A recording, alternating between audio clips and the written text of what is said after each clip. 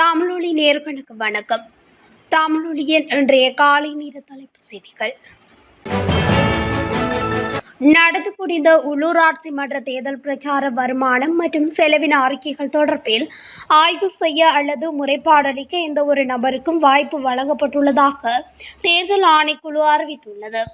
2025 ஐந்தாம் மாதம் 6ஆம் தேதியன்று நடைபெற்ற உள்ளூராட்சி மன்ற தேர்தலில் போட்டியிட்ட அனைத்து வேட்பாளர்கள், கட்சி செயலாளர்கள் மற்றும் சுயேட்சை குழு தலைவர்களால் சம்பந்தப்பட்ட உள்ளூராட்சி நிறுவனங்களின் தேர்தல் தெரிவத்தாட்சி அதிகாரிகளிடம் தேர்தல் பிரச்சார வருமானம் மற்றும் செலவின அறிக்கைகள் சமர்ப்பிக்கப்பட்டுள்ளதாகவும் தெரிவிக்கப்பட்டுள்ளது. இது தேர்தல் பிரச்சார வருமானம் மற்றும் செலவின அறிக்கைகள் 2023ஆம் ஆண்டு 3ஆம் இலக்க தேர்தல் செலவு ஒழுங்குமுறை சட்டத்தின் பிரிவு 6 படி சமர்ப்பிக்கப்பட்டுள்ளதாக தேர்தல் ஆணைக்குழு தெரிவித்துள்ளது. இலங்கையில் பொது போக்குவரத்து சேவைகளை நவீனமயமாக்குவதற்கான ஒரு முன்னோடி திட்டமாக வசதியான மற்றும் உயர் தொழில்நுட்ப பேருந்துகளின் தொகுப்பை அறிமுகப்படுத்துவதாக பட்ஜெட்டில் முன்மொழியப்பட்டது. அதன்படி இலங்கையில் மெட்ரோ பேருந்து விரைவில் ஆரம்பிக்கப்படவுள்ளது. அதற்கமைய கொழும்பு, மெக்கும்பர, கடுவல, கடவத்த மற்றும் மொரட்டுவ உள்ளிட்ட பல பிரதான வழிகளில் இடைவெளிகள் சிலவற்றின் மூலம் பயணிகள் போக்குவரத்துக்கான சொகுசான தாழ்வான மிதிப்பலகை கொண்ட 100 பேருந்துகளை சேவையில் அமர்த்துவதற்கு திட்டமிடப்பட்டுள்ளது. டெங்கு, சிகுன்குனியா, இன்ஃப்ளூவன்சா மற்றும் கோவிட் பரவலை கட்டுப்படுத்த தொற்று நோயியல் பிரிவு மற்றும் மருத்துவ ஆராய்ச்சி நிறுவனம் தேவையான நடவடிக்கைகளை எடுத்து வருவதாக சுகாதார அமைச்சர் டாக்டர் நலிந்த ஜேதிச தெரிவித்துள்ளார். இந்த நோய்களை எதிர்கொள்ள சுகாதாரத்துறை தயாராக உள்ளது என்றும் அவர் குறிப்பிட்டுள்ளார். இந்த நேரத்தில் சுகாதார பாதுகாப்பு நடவடிக்கைகளை பின்பற்றுவது முக்கியம் என்றும் இது தொடர்பாக தேவையற்ற அச்சம் கொள்ளக்கூடாது என்றும் அவர் மேலும் குறிப்பிட்டுள்ளார்.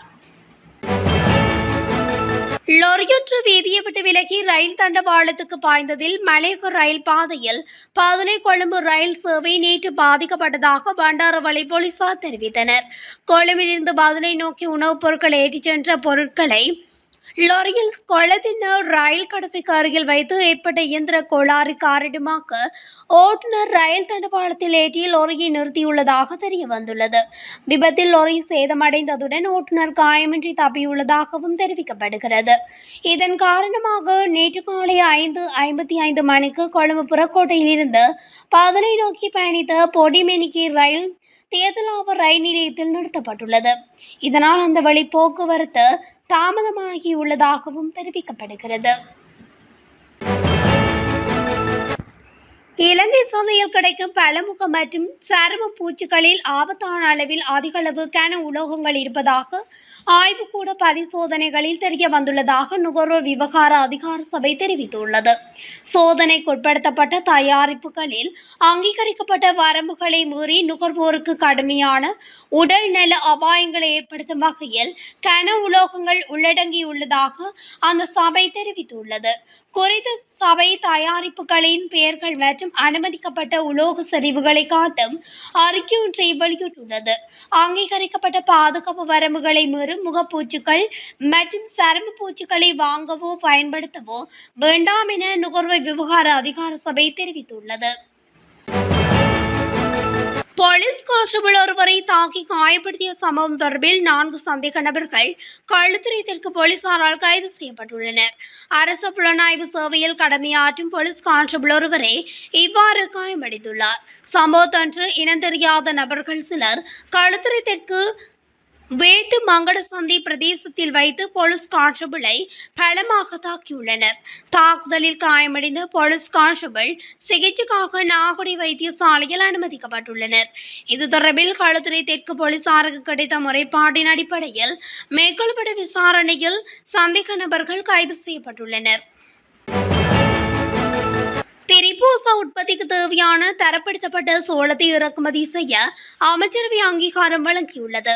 மேலதிக போசாக்கு உணவாக அனைத்து கர்ப்பிணி தாய்மார், பாலூட்டும் தாய்மார் மற்றும் போசாக்கின்மையால் பாதிக்கப்பட்டுள்ள 6 மாதங்களுக்கு கூடிய சிசுக்கள் மற்றும் 5 வயதுக்கு குறைவான பிள்ளைகளுக்கு சுகாதார மற்றும் ஊடகத்துறை அமைச்சினால் திரிபோசா வழங்கப்படுகிறது. இலங்கை திரிபோசா லிமிடெட் நிறுவனத்தின் வருடாந்த சோளத்தின் தேவை 18,000 மெட்ரிக் டன்களாகும். என்பதுடன் மாதாந்த தேவை 1,500 மெட்ரிக் டன்களாகும். உள்நாட்டில் தேவையான தரப்படுத்தப்பட்ட சோளத்தை பெற்றுக்கொள்வதில் நிலவும் அசௌகரியங்களை கவனத்தில் கொண்டு சோளத்தொகையை இலங்கை திரிபோசா லிமிடெட் இறக்குமதி செய்வதற்கு குறித்த நிறுவனத்துக்கு இறக்குமதி உரிமத்தை வழங்குவதற்காக தரப்படுத்தப்பட்ட சோளத்தை இறக்குமதி செய்தலுக்கு சுகாதார மற்றும் ஊடகத்துறை அமைச்சர் சமர்ப்பித்த யோசனைக்கு அமைச்சரவை அங்கீகாரம் வழங்கியுள்ளது. தெஹித்துக்கண்டிய மாகியங்கனை பிரதான வீதியில் நேற்று காலை பயணித்த கார் ஒன்று கேப்பாழியாவ ஸ்ரீ குணரதனராமய விகாரைக்கு முன்பாக உள்ள நடைபாதை மீது பாய்ந்ததில் நடைபாதையில் பயணித்துக் கொண்டிருந்த 4 சிறுவர்கள் உட்பட 6 பேர் காயமடைந்துள்ளனர். மாகியங்கனையிலிருந்து தெஹித்துக்கண்டி நோக்கி சென்ற கார் ஒன்று இவ்வாறு விபத்தில் சிக்கியுள்ளது. பாலர் பாடசாலை சென்று கொண்டிருந்த 4 சிறுவர்கள், ஒரு மாற்றுத்திறனாளி ஒருவர் மற்றும் பெண் ஒருவர் விபத்தில் படுகாயமடைந்து வைத்தியசாலையில் அனுமதிக்கப்பட்டதாக கிராந்தூர் கோட்ட போலீசார் தெரிவித்தனர். வவுனியாவில் இளம் மனைவியை கொடூரமாக கொலை செய்ததாக கூறி கணவன் போலீஸ் நிலையத்தில் சரணடைந்துள்ளார். 32 வயதான ராஜு சுவர்ணலதா என்ற தனது மனைவியை கொலை செய்த நிலையில் அவரின் தலையுடன் போலீசில் சரணடைந்துள்ளார். மானிப்பாய் சேர்ந்த சொந்த இடமாக கொண்ட கணவன் குறித்த ஆசிரியையுடன் காதல் திருமணம் செய்துள்ளார். ஆனால் ஆசிரியை இளைஞர் ஒருவருடன் தொடர்பில் இருந்ததாக கணவன் குற்றம் சாட்டி தகராறில் ஈடுபட்டு வந்த நிலையில் சில நாட்களுக்கு முன் இருவரும் பேசி தீர்த்துவிட்டு சுமூகமாக இருந்துள்ளனர். இந்த நிலையில் ஆசிரியையுடன் தொடர்பில் இருந்ததாக கூறப்பட்ட இளைஞன் இருவரும் நெருக்கமாக இருந்த புகைப்படங்களை கணவனுக்கு அனுப்பியுள்ளனர். இதனால் ஆத்திரம் தாங்காத கணவன் மனைவியின் சகோதரனிடமும் இதை குறிப்பிட்டுள்ளார். பின்னர் இந்த விவகாரத்தை போலீஸ் நிலையத்தில் தீர்த்து கொள்ளலாம் என கூறி மனைவியை அழைத்து சென்றுள்ளார். அந்த வேளையில் நேற்று காலை புளியங்குளம் போலீஸ் நிலையத்துக்கு மோட்டார் சைக்கிளில் சென்ற இளம் குடும்பஸ்தர் ஒருவர் கையில் இருந்த பொலித்தீன் பையினுள் தனது மனைவியின் தலை இருப்பதாகவும் அவரை கொலை செய்து உடலை காட்டுப்பகுதியில் எறிந்துள்ளதாகவும் தெரிவித்துள்ளார். இதன்போது கணவனை போலீசார் கைது செய்துள்ளனர். இலங்கை போக்குவரத்து சபைக்கு சொந்தமான பஸ் ஒன்று கொழும்பு 15 அலட் மாவட்ட பகுதியில் சுவர்ணா மோட்டார் சந்தி என அழைக்கப்படும் நேற்று காலை இடத்தில் அமைந்துள்ள தனியார் கட்டிடம் ஒன்றில் மோதி விபத்துக்குள்ளாகியுள்ளது. இந்த சம்பவத்தில் சாரதிக்கு சிறு காயங்கள் ஏற்பட்டுள்ளதாக தெரிவிக்கப்படுகிறது.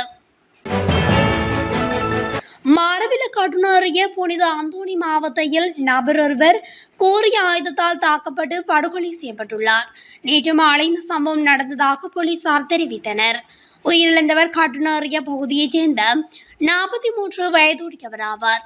தனிப்பட்ட முரண்பாடு ஒன்று தீவிரமடைந்ததால் இந்த தாக்குதல் நடந்ததாக விசாரணைகளில் தெரிய வந்துள்ளது. கிளிநொச்சி பனங்கனி பகுதியில் குடு போதைப் பொருளுடன் தாயும் மகனும் கைது செய்யப்பட்டுள்ளனர். கிளிநொச்சி போலீஸ் பிரிவுக்குட்பட்ட பனங்கண்டி கிளிநொச்சி போலீசாருக்கு கிடைக்கப்பட்ட தகவலுக்கு அமைவாக இந்த கைது நடவடிக்கை இடம்பெற்றுள்ளது.